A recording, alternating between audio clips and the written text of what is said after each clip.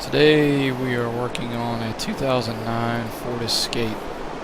Vehicle's in for a check engine light, and we're gonna take a look under the hood and see if anything's out of whack. Make sure the engine's actually there, and then we'll grab the scan tool so we can see.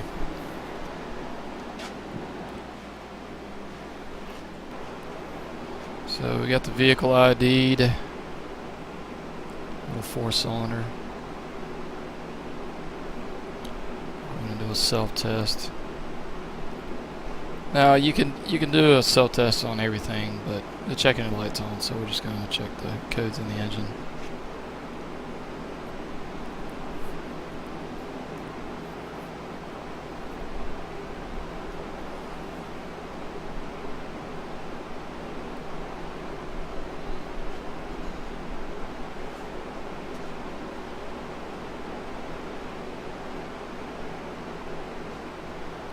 When you're checking all the codes, the more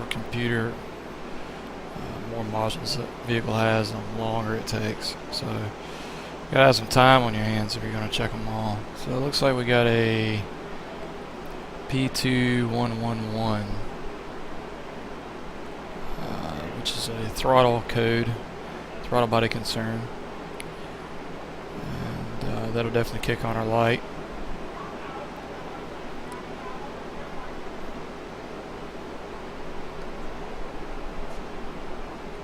Some freeze frame data for it, but there's actually a recall for this, and basically if you've got any throttle code, this recall will cover replacing the throttle body.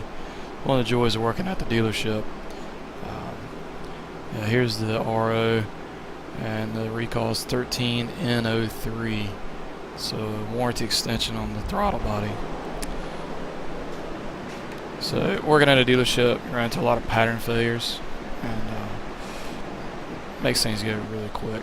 So we just ran up to the parts department and got a throttle body, and we'll snatch this old throttle off here and put the new one on and clear the codes, reset the keep alive in memory,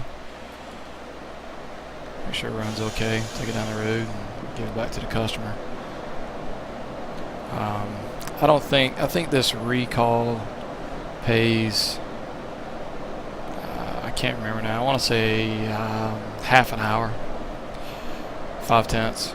So, I mean, it's like, I had another video about doing an exhaust sensor on a diesel. It was very similar.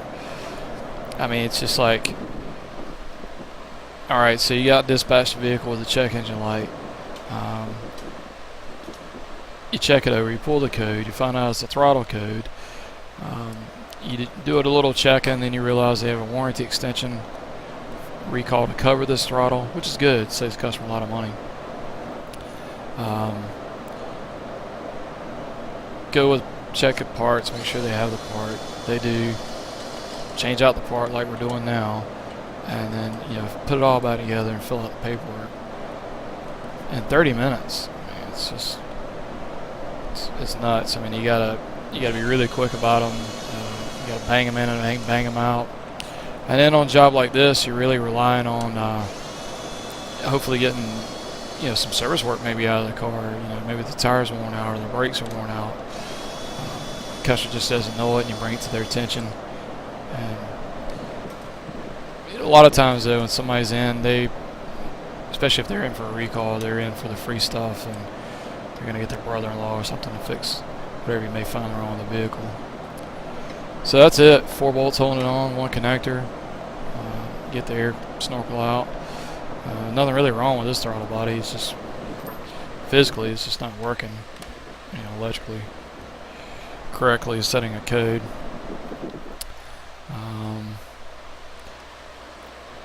This intake's in a weird position, so at this point in time, if you're going to walk away and be gone, you definitely want to cover that up so nothing rolls down in there. And the warranty, the letter will pay for a new gasket. There's nothing wrong with this gasket, but they'll pay for it, so we're going to put one in there. It's just if you ever hear anybody ask you if you have a ribbon gasket or a paper gasket, these O-ring style gaskets, they're actually called ribbon style. So anything that looks like the one I just pulled out of there would be a ribbon style gasket. And I've walked off camera. I've got this camera.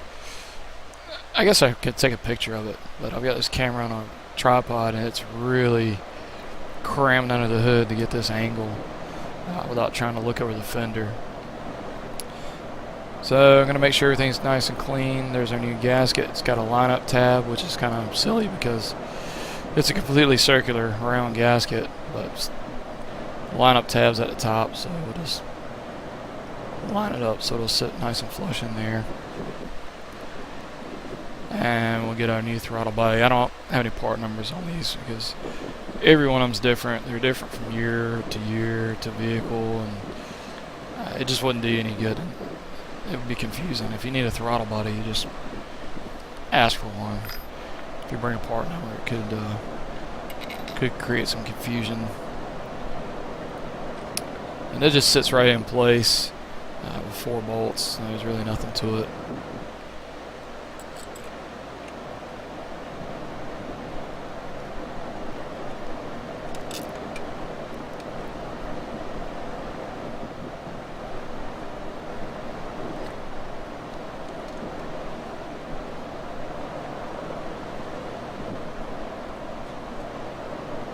Now I'm using a little 7.2 drill. I use it on a lot of things. It's just a snap-on. It's really good, nice little tool. Doesn't over-torque. And the torque on this is like, I mean, it's minuscule. It's like 90 inch-pounds, or a really small number. And when you've worked on vehicles for a long time, you get a feel for it. So I'm actually using this drill to tighten these down to the correct spec instead of using a torque wrench. Plug our connector in, get the little red lock down, then we'll put the air snorkel back on, and we'll be good. If you look over to the left, you'll notice that the battery tie down, there's a tie down that goes over the top of the battery. It's laying over to the side. You'll see it's bolted at the top, but it doesn't cross the battery, and it's not bolted to the stud sticking up there. So somebody's put a battery in this vehicle, and must have got sidetracked because they didn't finish it up. And so I'm going to call a customer and see if they want me to put it back together, if they want to take it back to wherever they had to put the battery bit in, or have a talk with someone. As you can see, there's the tie down there. And that's it. We're done. Started to make sure it runs okay and shut the hood.